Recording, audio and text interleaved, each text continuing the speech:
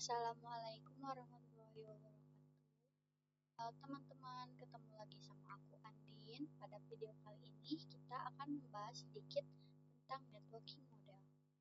Oke, di sini networking model adalah sebuah konsep dalam arsitektur jaringan yang digunakan sebagai standar dalam proses komunikasi data perangkat dalam jaringan.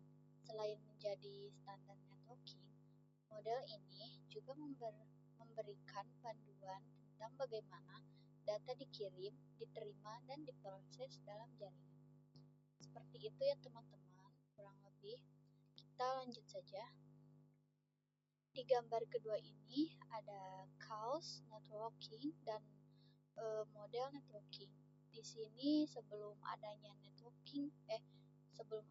model jaringan yaitu networking model, kondisi komunikasi data sangat tidak teratur teman-teman. Jadi berantakan. Bisa kita lihat di sini gambar di kiri sebelumnya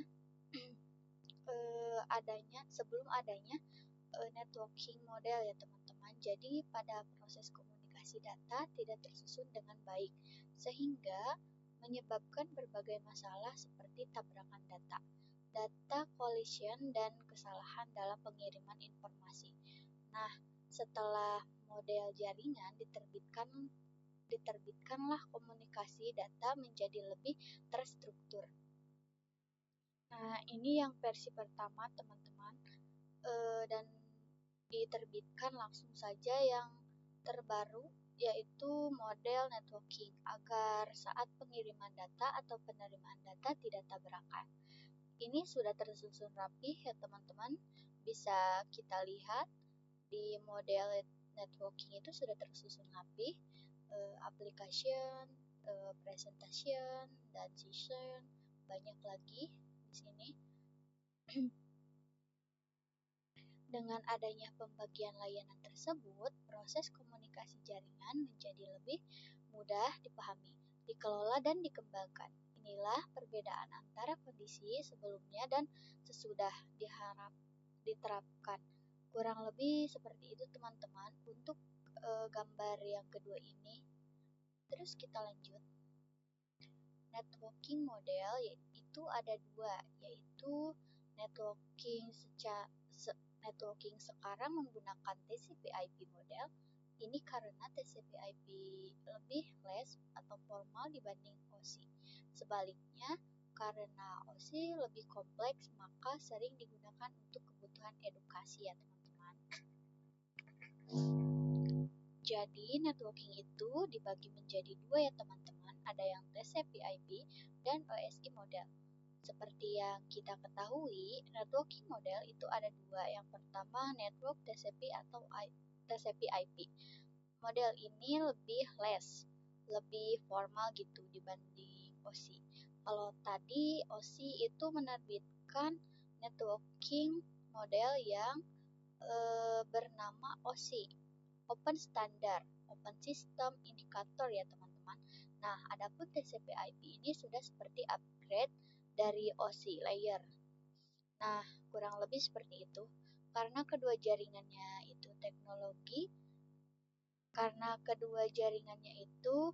ini semakin berkembang, jadi pastinya ada perusahaan atau para organisasi itu terus berkolaborasi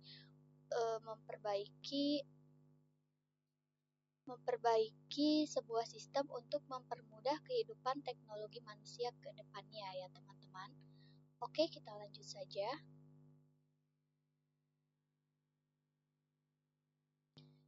Jadi sebelumnya setelah memiliki OSI karena di dalamnya cukup lebih kompleks, maka OSI layer udah jarang banget digunakan.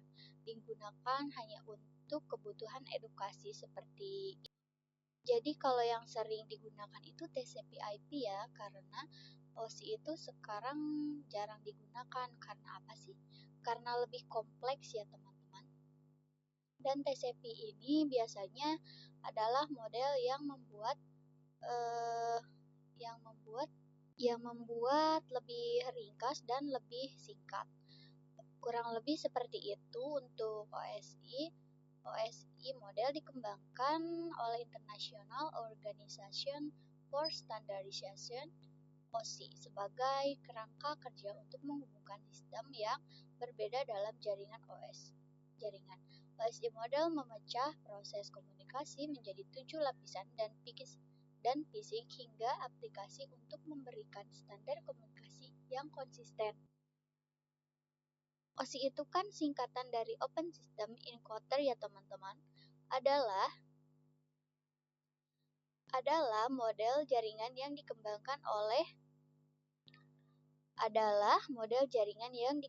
oleh Internal Organization for Standardization sebagai kerangka kerja untuk menghubungkan berbagai jaringan dalam komputer.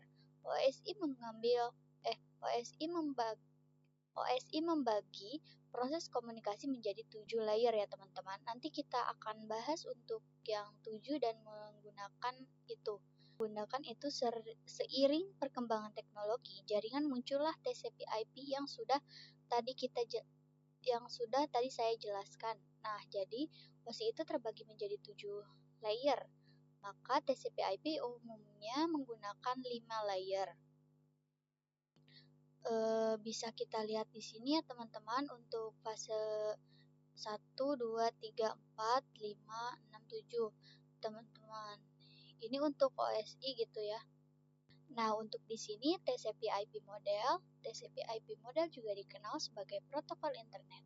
Nah, adalah jaringan ya teman-teman, adalah jaringan model yang paling banyak digunakan saat ini teman-teman pada berbagai perusahaan dan vendor.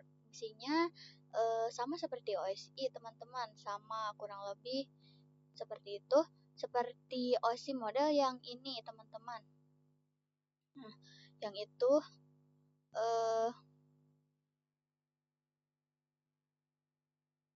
sedangkan kalau TCP/IP itu lebih sederhana teman-teman, karena beberapa layer OSI digabungkan teman-teman, jadi versi 4 layer gitu ya. Nah, gitu teman-teman. Jadi untuk TCP/IP lebih sederhana, tidak terlalu banyak layer. Kalau yang OSI itu dia memiliki 7 layer teman-teman. Nah, kalau yang TCP itu dia hanya memiliki 4 atau 5 layer ya. Pada TCP/IP layer season dan application, pada OSI digabungkan menjadi satu layer application. Cara kerja TCP/IP data dipecah menjadi paket-paket kecil, teman-teman. Nah, di sini kita lihat dulu strukturnya. Satu, presentation layer, lapisan presentasi ya. Mengatur format data, enkripsi dan deskripsi agar bisa diterima dan dipahami oleh aplikasi. Contoh, konversi menjadi karakter yang dapat ditampilkan pada layar. Nah, di sini kita lihat dulu struktur OSI-nya. Cara kerja jaringan TCP/IP, memecah data menjadi paket kecil. Cara kerja pertama yaitu memecah data menjadi paket-paket kecil sebelum transmission ke media lain yang disebut layer. Paket dikirimkan melalui router. Router berfungsi untuk mengirimkan sekaligus menentukan rute pengiriman paket data. Paket berhasil dikirim ke tujuan. Jika paket sudah terkirim dan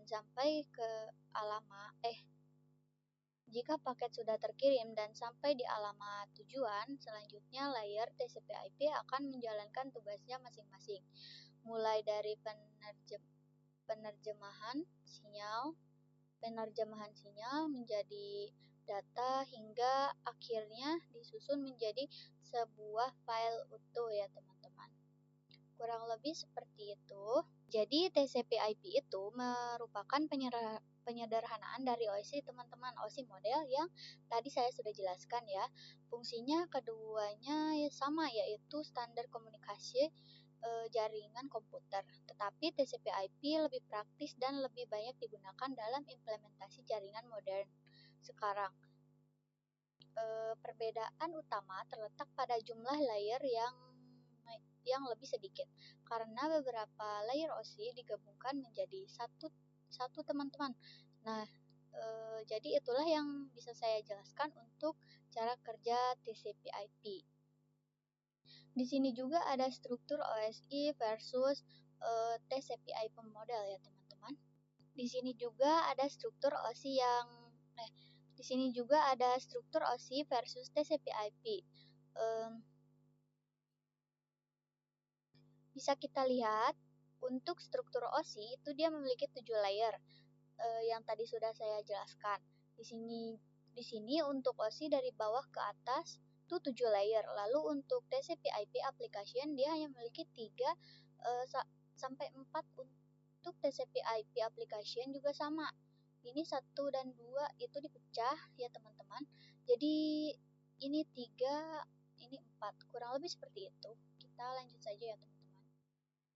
Fungsinya untuk application layer, lapisan aplikasi gitu ya teman-teman. Melayani antarmuka untuk aplikasi atau perangkat lunak untuk berkomunikasi melalui jaringan. Protokolnya ada HTTP, FTP, SMTP, dan lain-lainnya. Oke, kita lanjut saja. Nah, di sini ada TCP application layer. Bisa kita lihat di sini tuh sebagai contoh jika teman-teman ingin membuka YouTube atau link apa gitu yang HTTP ini, jadi nanti itu sebagai orang gitu. Nah, ini tuh mau nyari web di browser, jadi nanti tuh kita saat mengetik lalu dikirimkan ke browser. Dari browser ini juga dikirimkan ke server teman-teman. Kita cek apakah web ini bisa diakses oleh pengguna atau privat. Kita coba contohkan saja. Kita buka webnya terlebih dahulu. Kita cari ya teman-teman, kita cari YouTube gitu. Kita coba cari YouTube. Coba.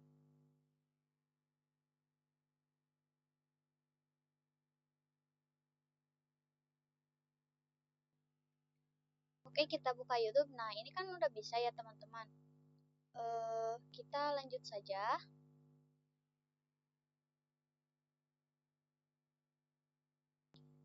Nah, kalau dia loading itu berarti dia sedang mengirimkan data ke web servernya gitu untuk mendapatkan izin atau tidaknya. Jadi, jika disetujui oleh web server ini, maka langsung dikirimkan lagi ke browser. Lalu si browser ini dikirimkan lagi ke kita dan terjadinya bisa membuka YouTube gitu, teman-teman. Oke, kita lanjut. Di sini ada struktur TCP/IP model. Strukturnya ada transport layer, lapisan transport, mengatur pengiriman data dan memastikan keandalan komunikasi antar aplikasi pada host yang berbeda. Protokol utamanya itu ada TCP dan UDP ya teman-teman. Oke, di sini juga ada TCP, Transmission Control Protocol. TCP menggunakan koneksi. Data dikirimkan secara berurutan ya teman-teman, mencegah data yang macet dan mempermudah dalam menentukan dan memperbaiki kesalahan. Negatifnya, terdapat banyak komunikasi dua arah antara kedua pihak sehingga butuh waktu yang lebih lama ya teman-teman. Kurang lebih seperti itu, kita lanjut saja. Oke, di sini ada UDP, UDP singkatan dari User Datagram Protocol ya teman-teman, tidak berbasis koneksi. Tanda pengenal untuk nomor urut, tidak mengoreksi kesalahan pengiriman dan tidak peduli apabila paket hilang. Jadi si UDP ini tidak peduli kalau paketnya hilang teman-teman, seperti itu. Positifnya, UDP mengirimkan data jauh lebih cepat ketimbang TCP. Seperti itu ya teman-teman. Oke, fungsi utama TCP/IP model. TCP/IP model lebih berfokus pada fungsional. fungsionalitas, dan efisiensi dibandingkan dengan OSI model dengan fungsi utama menyediakan standar komunikasi dalam jaringan dan internet. 2. Ada mengurangi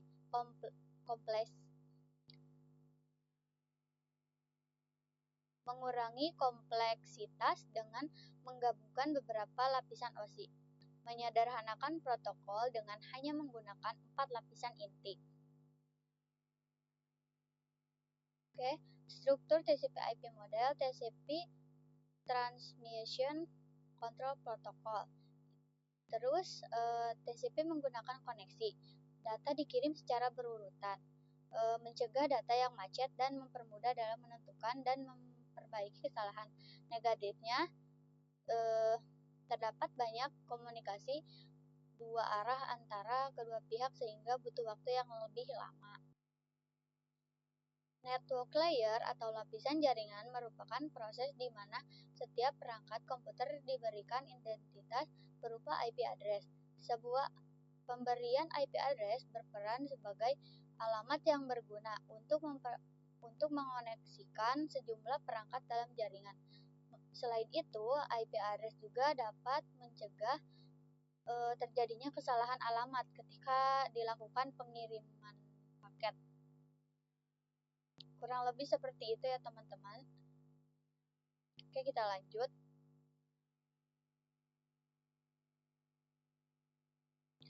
Nah, di sini untuk network layer hanya terdapat satu contoh, yaitu IP. IP menyediakan dua fitur yang sangat penting, yaitu addressing dan routing, yang dimana berfungsi untuk menangani konektivitas dan pemilihan jalur. Setiap perangkat jaringan memerlukan alamat unik di jaringan. Seperti itu ya teman-teman. Setiap perangkat jaringan memerlukan alamat unik di jaringan. Saya ingin mengirimkan paket data ke klien. Nah, jika tidak mempunyai IP address gitu, jadi gak bisa ngirim. Soalnya kan gak ada alamat IP-nya. Jadi pertama itu kita harus menambahkan IP-nya terlebih dahulu.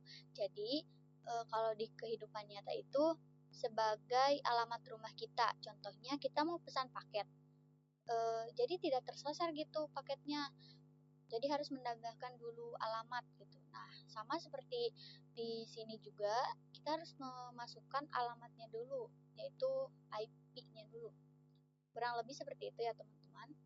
Di sini itu kita bisa lihat ada PC, terus ada router, ada laptop, ada switch-nya. Nah, di sini semuanya juga sudah mempunyai IP-nya masing-masing teman-teman. Kurang lebih seperti itu ya. Contoh nih, sini kan ada laptop.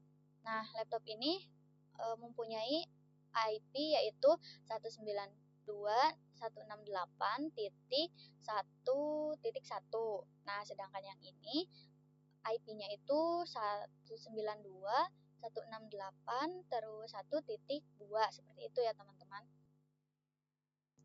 Data link physical layer. Data link mendefinisikan protokol yang dibutuhkan pada physical layer. Salah satu fitur pada data link layer istilah FCS atau Frame Check Sequence yaitu Error Detection Mechanism, mendeteksi error tanpa recovery. Ada addressing yang digunakan pada data link layer adalah MAC address. Physical layer mendefinisikan cabling pada suatu jaringan komputer, mendefinisikan secara fisik apa yang digunakan untuk menghubungkan antar device. Seperti itu. Di sini juga ada encapsulation dan decapsulation. Pada komputer, pengiriman terjadi proses pemecah paket data menjadi paket yang lebih kecil dengan penamaan yang berbeda sesuai dengan masing-masing. Juga dilakukan proses pembungkusan encapsulation. Pada komputer penerima terjadi proses sebaliknya, yaitu proses pembukaan bungkusan paket yang diterima dari pengiriman decapsulation dan proses penggabungan kembali pecahan-pecahan data pada paket data yang utuh. Oke, kita lanjut. Encapsulation dan decapsulation itu kan pecahan paket data ya teman-teman. Ini tuh pecahan paket data dari encapsulation terus dikirimkan ke decapsulation untuk penggabungan pecahan paket data tersebut yang tadinya pecahan menjadi gabungan. Seperti itu. Oke, di sini juga ada encapsulation dan decapsulation. Ada data link, IP, TCP, data link, dan di sini di receiver ada sama seperti di sender ya teman-teman. Kita lanjut saja. Nama pada TCP IP itu ada 3, yaitu ada 3 segment, packet, and frame ya teman-teman. Figurnya itu 1/13. Kita lihat di sini ya teman-teman. Nah, mungkin cukup sekian video dari saya. Kurang lebihnya mohon maaf. Wassalamualaikum warahmatullahi wabarakatuh.